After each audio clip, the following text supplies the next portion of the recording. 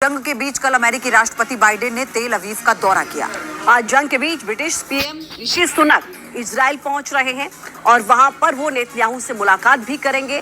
जाहिर है कि ये साफ मैसेज दिया जा रहा है, जो भी देश हमास का समर्थन कर रहे हैं उनके लिए भी ये मैसेज है कि चाहे पश्चिमी देश हो, अमेरिका हो, चाहे ब्रिटेन हो, ये सब इस वक्त इजराइल के साथ खड़े। और सबसे बड़ी बात यह है कि बाइडेन के जाते ही एक बार फिर से रॉकेट बरसाने शुरू कर दिए हैं हमास ने। आप ग्राउंड से देखिए हमारे सहयोगी मधुरेंद्र कुमार की एक्सक्लूसिव रिपोर्ट।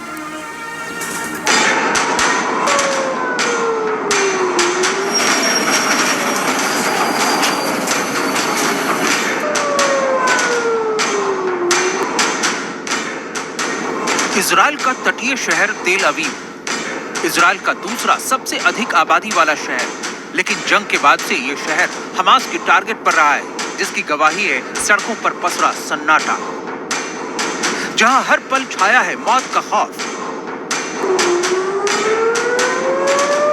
रह रह कर आती हैं सायरन की आवाजें।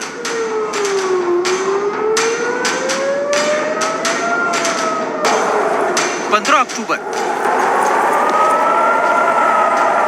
17 अक्टूबर, 18 अक्टूबर, कोई दिन ऐसा नहीं जब हमास ने यहां रॉकेट हमले ना किए हों। देखिए, अमेरिका के राष्ट्रपति जो बाइडेन के तेल अवीव से जाते ही फिर हमास ने रॉकेट हमले शुरू कर दिए, जिसके बाद सायरन की आवाजें आई, लोगों में अफरा तफरी मच गई, लोग सुरक्षित ठिकानों की तरफ भागे। ज्यादातर रॉकेट को आयरन डोम नष्ट कर रहा है और एक बार फिर यही हुआ।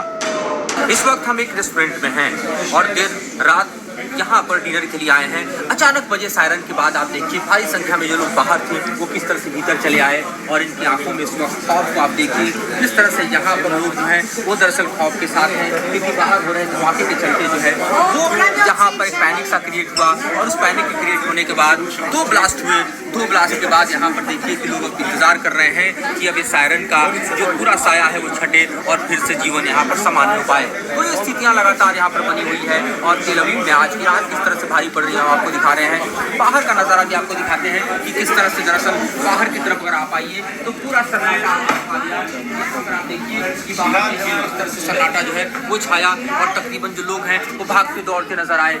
और इस तरह से यहाँ पर आप देखिए कि किस तरह से जो बीच है दरअसल जिस पर लगातार लोग रहते हैं वो पूरी तरह से खाली हो गया और यहाँ पर खाली होने के बाद लोग वापस जो है वो भागते हुए दौड़ते हुए इस रेस्टोरेंट के भीतर चले आए। अब स्थितियाँ जो हैं वो सामान्य हो रही हैं और सामान्य होती स्थितियों में हम आपको दिखाएं कि किस तरह से लोग जो है अब वापस लौट कर जा रहे हैं। तो इस तरह से बचते हुए अचानक सायरन के साथ अफरा तफरी होती है, लोग भागते हैं, शेल्टर की तरफ आते हैं, धमाका होता है और ये एक रूटीन बन चुका है तेल अवीव में जो हम आपको यहाँ से दिखा रहे हैं।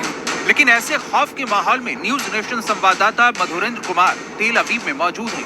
वहां के हर हालात की रिपोर्ट आप तक पहुंचा रहे हैं। तेल अवीव पर जब 18 अक्टूबर की रात रॉकेट हमला हुआ, शहर के एक रेस्टोरेंट में दहशत फैली थी।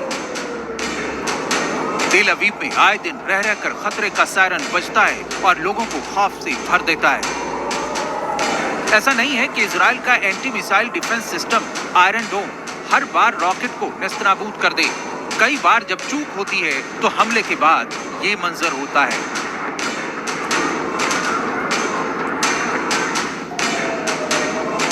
दरअसल जंग के बाद हमास के ताजा हमलों में तेल अवीव मेन टारगेट रहा है। इसी तेल अवीव पहुंचे अमेरिकी राष्ट्रपति जो बाइडेन। इजराइल के पीएम बेंजामिन नेतन्याहू ने बाहें फैलाकर स्वागत किया। इस दौरान तेल अवीव में सिक्योरिटी बेहद सख्त रही। बाइडेन ने मिडिल ईस्ट के बैटल ग्राउंड में जारी जंग पर तेल अवीव में ही नेतन्याहू के साथ अहम बैठक की। जंग में इजराइल का खुलकर समर्थन किया, लेकिन 8000 से ज्यादा किलोमीटर की दूरी तय कर आए बाइडेन महज 4 घंटे में ही इजराइल से विदा हो गए। और तेल अवीव से बाइडेन के जाते ही तेल अवीव पर हमास ने फिर से रॉकेट बरसाने शुरू कर दिए।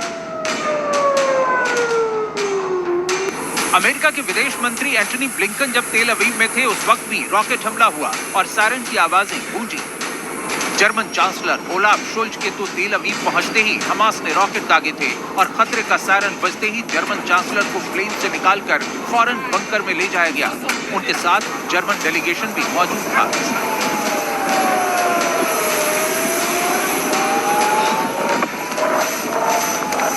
जब तक इजराइल हमास जंग जारी है, तेल अवीव मेन टारगेट बना रहेगा। फिलहाल इस दहशत से मुक्ति का कोई रास्ता नहीं दिखता। इजराइल के तेल अवीव से मधुरेंद्र कुमार के साथ टीम न्यूज नेशन।